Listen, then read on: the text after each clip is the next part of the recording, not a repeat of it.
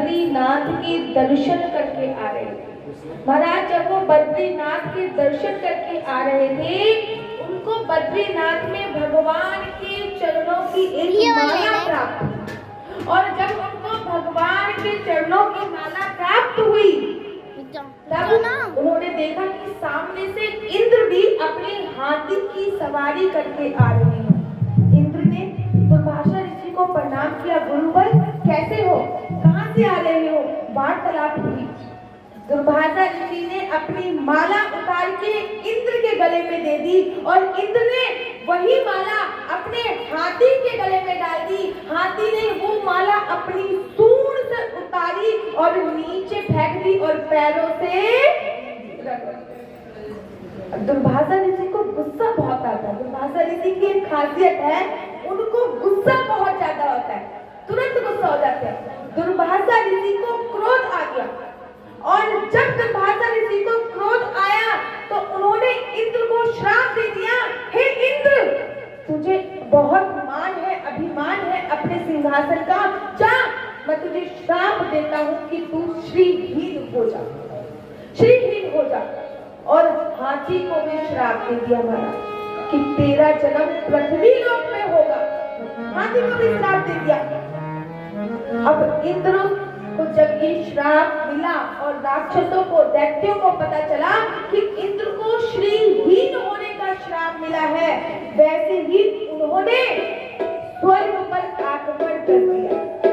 श्राप के कारण इंद्र को स्वर्ग में हटना पड़ा, स्वर्ग से हटना पड़ा, स्वर्ग में क्षति हुई उनकी। बेचारे परेशान हो गए, भगवान के पास जाते हैं, प्रभु हम क्या करें, हमें श्राप मिला था, दुर्वासा ऋषि ने हमें श्राप दिया था और श्राप के कारण हम श्रीहीन हो गए। और जब दैत्यों को, राक्षसों को ये पता चला हम श्रीहीन हो गए हैं, उन्होंने हम पर आक्रमण कर दिया और हमारा सब लूट लिया, हमारा राज सिंहासन सब पे कब्जा कर दिया। भगवान ने कहा अब समुद्र मंथन करो।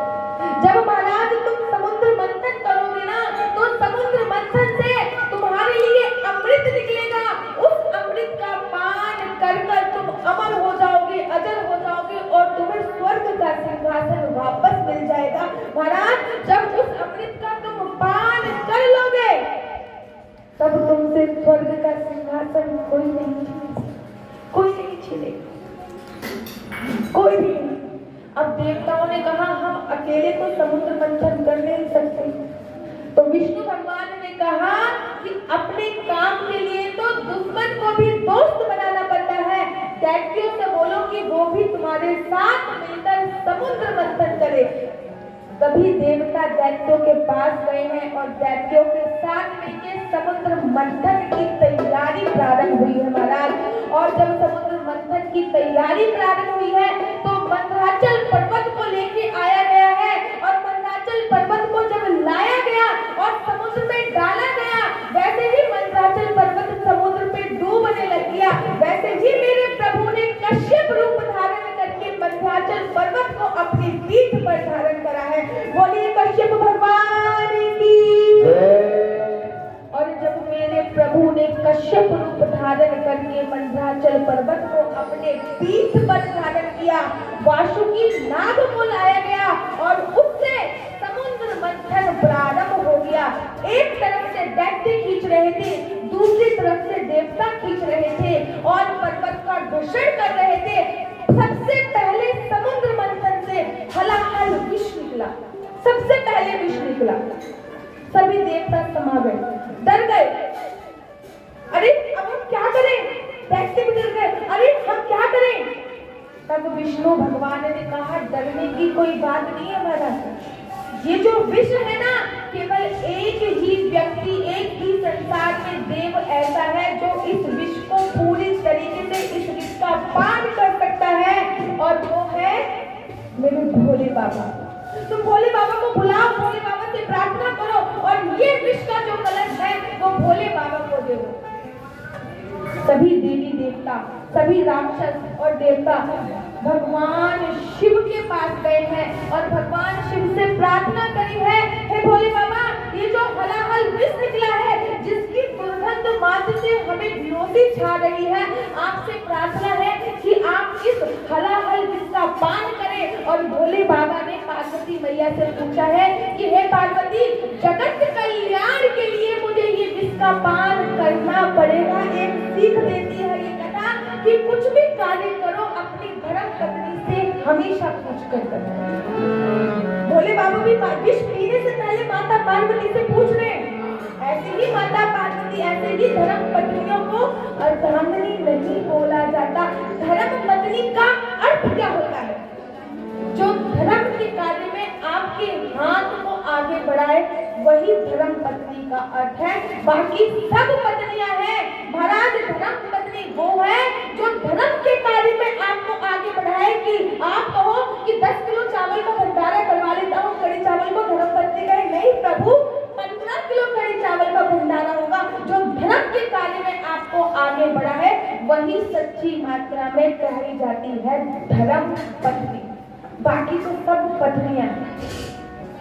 भोले बाबा माता पार्वती से पूछ रहे हैं कि मुझे जगत कल्याण के लिए ये हलाहल विष का पान करना पड़ेगा देवी।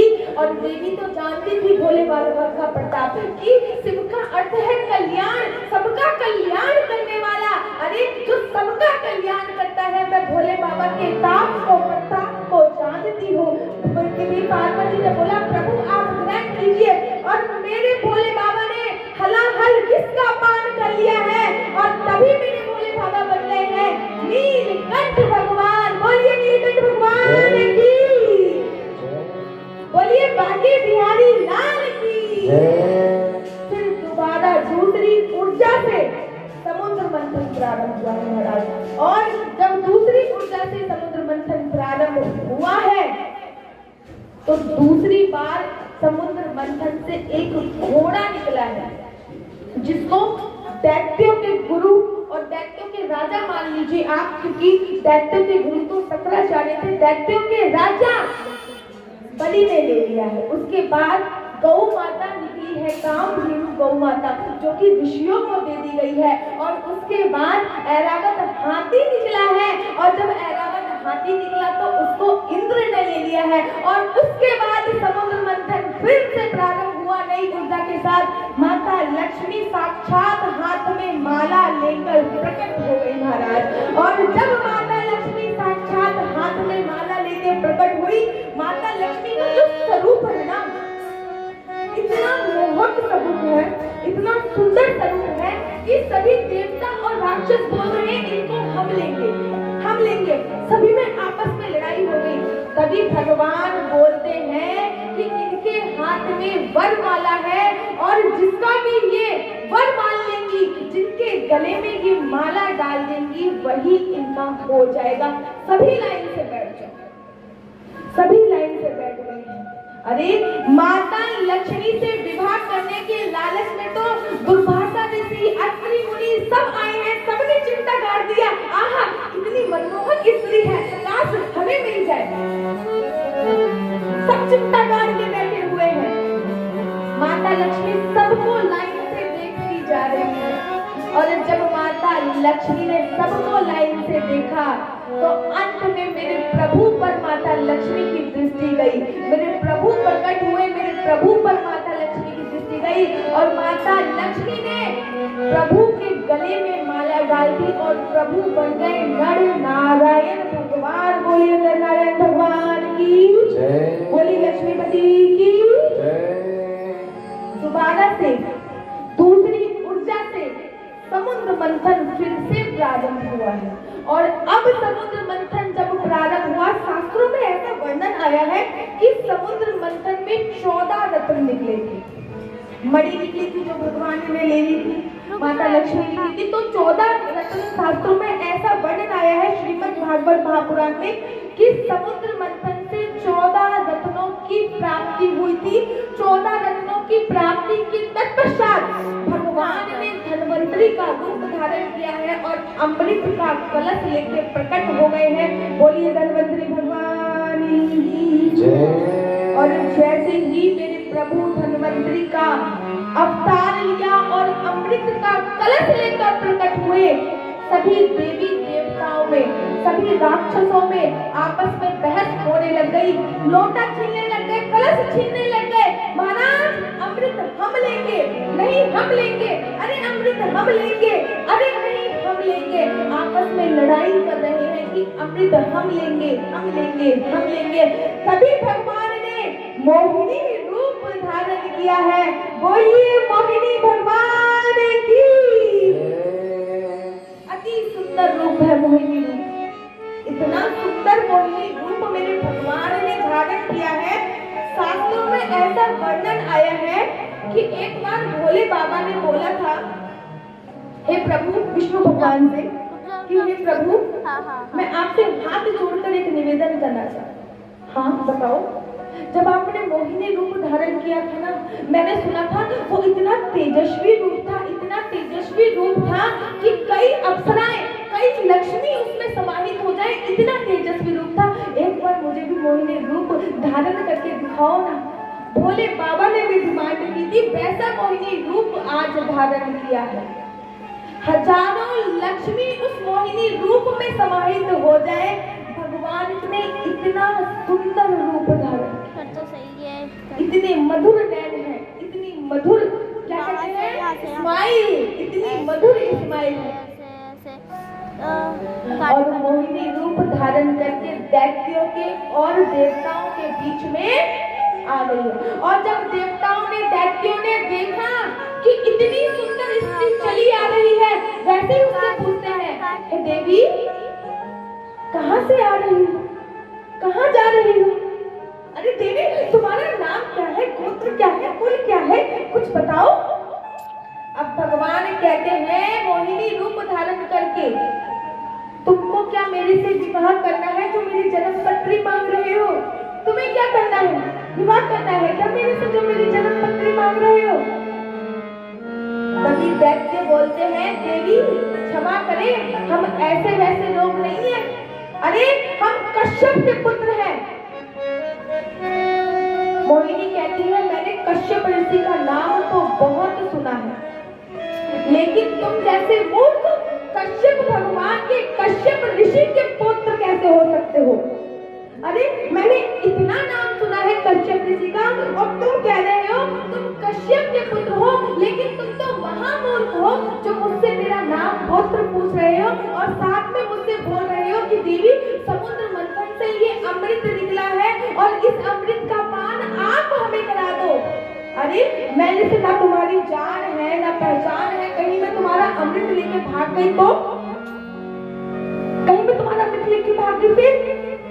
नहीं देवी, अब तो हमें तुम पे पूरी तरीके से विश्वास हो गया है कि तुम हमारा अमृत लेकर कहीं जाने वाली नहीं हो। अब तो कुछ भी हो जाए, जमीन आसमान एक हो जाए, लेकिन अब तो अमृत का बंटवारा महाराज तुम ही करोगी। मोहिनी भगवान तो चाहती भी यही थी, कलश हाथ में ले लिया है और मोहिनी रूप भगवान नर ने बोला है, नर नारायण ने बोला है कि देखिए मैं ऐसे अमृत का बंटवारा नहीं करूंगी, सारे दैत्य एक लाइन में बैठ जाइए और सारे देवता एक लाइन में बैठ जाइए, तभी जाके मैं